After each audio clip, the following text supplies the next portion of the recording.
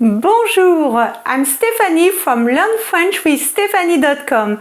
Do you want to describe a place with me? Let's go! Welcome to this French lesson where I'm going to help you learn how to describe the place where you currently live, a place where you've lived, or a place you've visited. We'll talk about three places: the city, the neighborhood, and the housing. It will be very useful if you're going to take a French exam or in a conversation with a native speaker. Before we get started though, if this is your first time here, don't forget to click the subscribe button and the bell and give me a thumbs up at some point during this video if it's helping you learn. Allons-y! So, we'll start with j'habite à plus your city, your town or your village, where you currently live. For example, j'habite à Paris. If someone asks you, où habitais-tu avant de venir à Paris? Or, où habitiez-vous? In formal way, you could answer, j'habitais à Lyon. Or, je vivais à Lyon. It means the same thing. Here we use l'imparfait, imperfect tense. If you want to add a duration, you'll use the passé composé, past tense. J'ai habité à Lyon pendant 10 ans. Or, j'ai vécu à Lyon pendant 10 ans. Ok? Let's go back with the question. Où habitais-tu avant de venir à Paris? J'habitais à Lyon. And you can add your country. J'habitais à Lyon en France.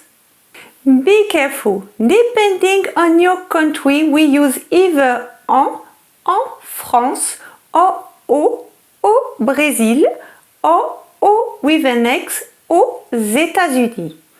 We use en with feminine countries or countries that begin with a vowel. En Ukraine, en Inde. We use au with masculine countries. Au Japon, au Canada. And we use au with an X with plural countries. Au Philippines. And for the city, it's rather easy because it's always à. J'habite à. Let's go back with another example. J'habitais à Agadir au Maroc. So, if you went on a trip, you could say j'ai visité or je suis allé. Allé with an I if you're a woman. For example, j'ai visité Paris. Or, je suis allé à Paris. Now, let's talk about size. C'est une grande ville. C'est une ville de taille moyenne. C'est une petite ville. C'est un grand village. C'est un village de taille moyenne. C'est un petit village. You can add the number of inhabitants. If you're talking about Paris, j'habite à Paris. C'est une grande ville de 2 millions d'habitants. J'habitais à Ruffieux en France. C'est un petit village de 800 habitants. Je suis allé à Lyon en France. C'est une grande ville de 500 000 habitants.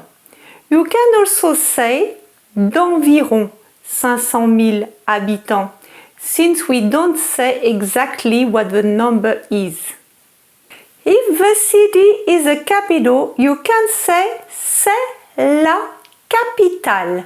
For example, j'habite à Madrid en Espagne. C'est une grande ville de 3 millions d'habitants. C'est la capitale de l'Espagne. Be careful, with country beginning with a vowel, it's de L with an apostrophe. De l'Espagne.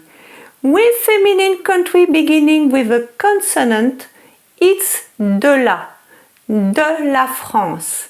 La capitale de la France. And with masculine country beginning with a consonant, we use du Brésil, la capitale du Brésil.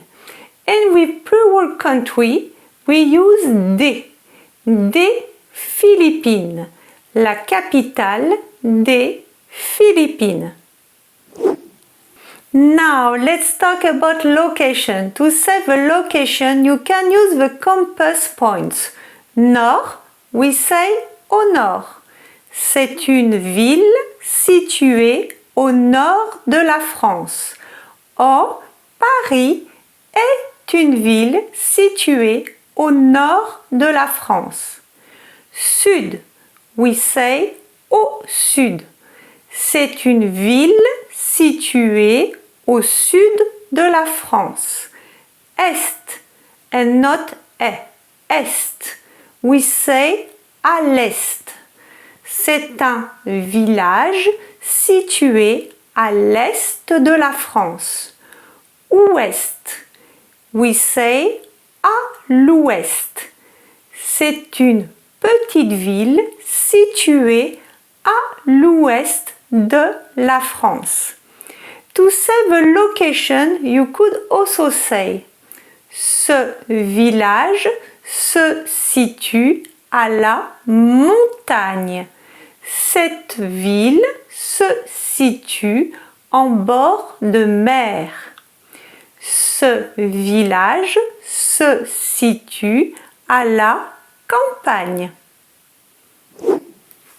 Now, you describe what you think of this place by using the expression je trouve que.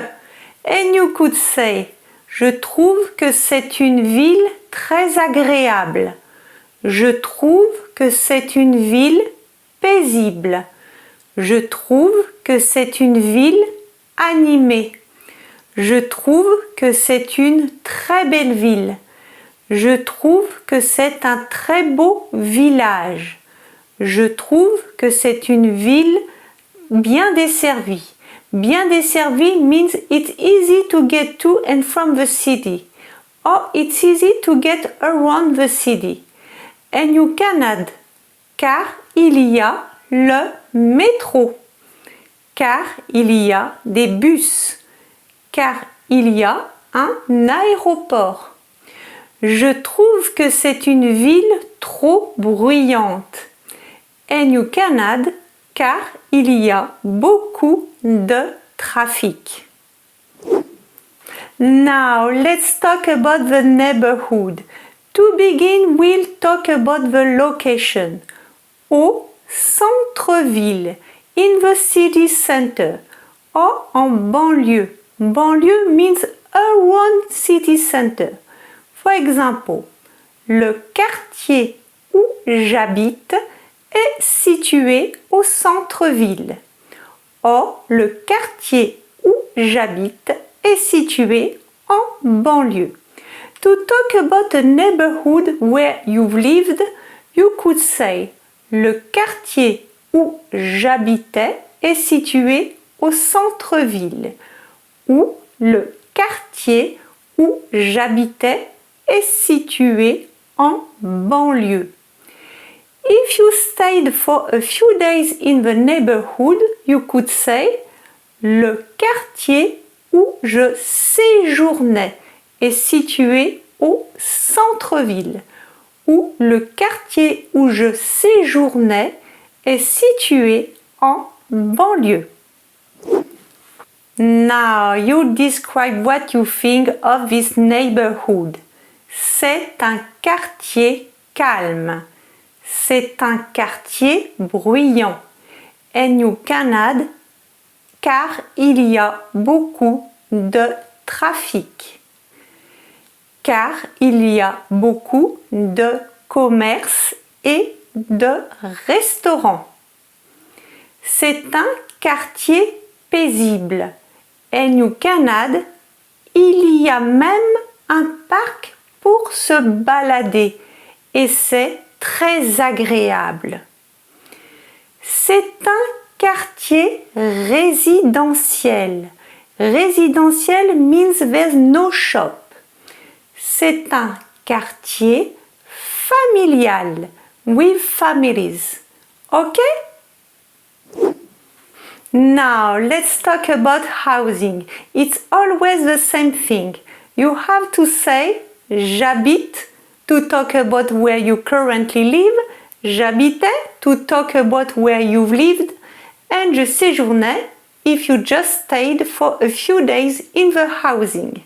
For example, j'habite dans une maison. J'habitais dans un appartement. J'ai séjourné dans une chambre chez l'habitant.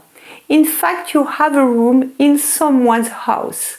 Maybe you share your apartment and you can say j'habite en colocation dans un appartement. You can tell the condition of the house or apartment. J'habite dans une maison neuve. J'habite dans un appartement neuf. J'habite dans une maison ancienne. J'habite dans un appartement ancien. J'habite dans une maison rénovée. J'habite dans un appartement rénové. That's it for today. I hope you enjoyed my video. If you did, don't forget to like, subscribe, and I see you again for a new free lesson. Au revoir. The next step is to download my free level test and my free ebook, 5 Steps to Becoming a Confident French Speaker. You learn what you need to do to speak confidently and fluently. Thanks so much. Bye. Au revoir.